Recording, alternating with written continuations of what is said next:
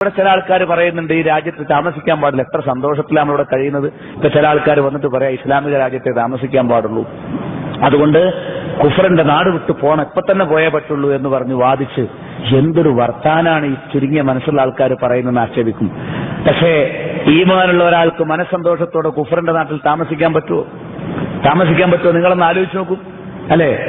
പറയും അടുത്ത വീട്ടിലുള്ളവന്റെ വെളിച്ചം പോലും കാണരുത്, കുഫറിന്റെ വെളിച്ചം കുഫറിന്റെ ആളുകളുടെ വെളിച്ചം എന്റെ വീട്ടിൽ കാണരുത് എന്നൊരാൾ തീരുമാനിച്ചാൽ അയാളുടെ ഈമാൻ വികസിക്കും. എന്താ സംശയം?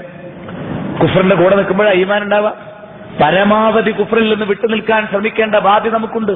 പക്ഷേ നമ്മുടെ ഈമാൻ ഉൾക്കൊള്ളാനും ഇസ്ലാം ഉൾക്കൊള്ളാനും പൂർണ്ണ സ്വാതന്ത്ര്യമുള്ള ഒരു നാട്ടിൽ അവിടെ ജീവിക്കാൻ അനുവാദമുണ്ടോ ഇല്ലേ എന്നുള്ളത് മറ്റൊരു വിഷയമാണ്. അവിടെയാണ് ജീവിക്കേണ്ടത് എന്ന് പറഞ്ഞാൽ അതുതന്നെയാണ് നിലനിർത്തേണ്ടത് എന്ന് പറഞ്ഞാൽ അത് വിഷയം വേറെയാണ്. രണ്ടും ഒന്നല്ല.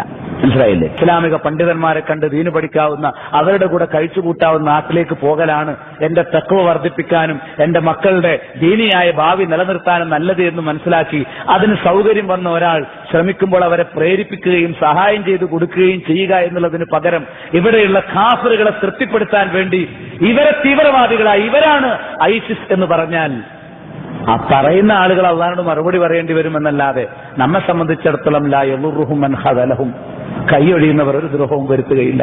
മനസ്സന്തോഷത്തോടെ കുഫറിന്റെ നാട്ടിൽ താമസിക്കുക എന്നുള്ളത് ഒരു മുഅ്മിന് ഒരിക്കലും സാധിക്കുന്ന കാര്യമല്ല. അതുകൊണ്ട് ഈമാനിന്റെ ആളുകൾ അയൽപ്പക്കത്തുണ്ടാകണം, കൃത്യമായി ജമാഅത്ത് നടക്കുന്ന സാഹചര്യം ഉണ്ടാകണം.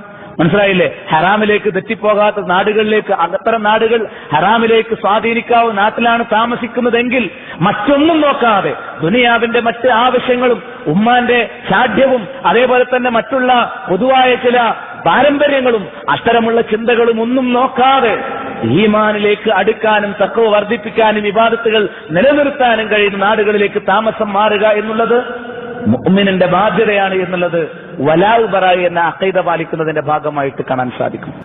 എന്നിട്ട് ചില ആളുകൾ പറയാ ഈ നാട്ടിലേക്കാൾ ഇസ്ലാമിക രാജ്യത്ത് പോലും സ്വാതന്ത്ര്യമില്ല. നഊദു ബില്ലാഹ്. ഇസ്ലാമിന്റെ തൗഹീദിന്റെ രാജ്യത്ത് പോലും നമ്മുടെ നാട്ടിൽ ഇസ്ലാം പാലിക്കുന്ന സ്വാതന്ത്ര്യമില്ല എന്ന് വരെ വാതുറന്നു പറയാൻ ഉള്ള ധൈര്യം ഇസ്ലാമിക പ്രമാണങ്ങളെ യഥാർത്ഥത്തിൽ കണ്ട ആളുകൾക്കുണ്ടാകുമോ എന്നാണ് നമുക്ക് ചോദിക്കാനുള്ളത്.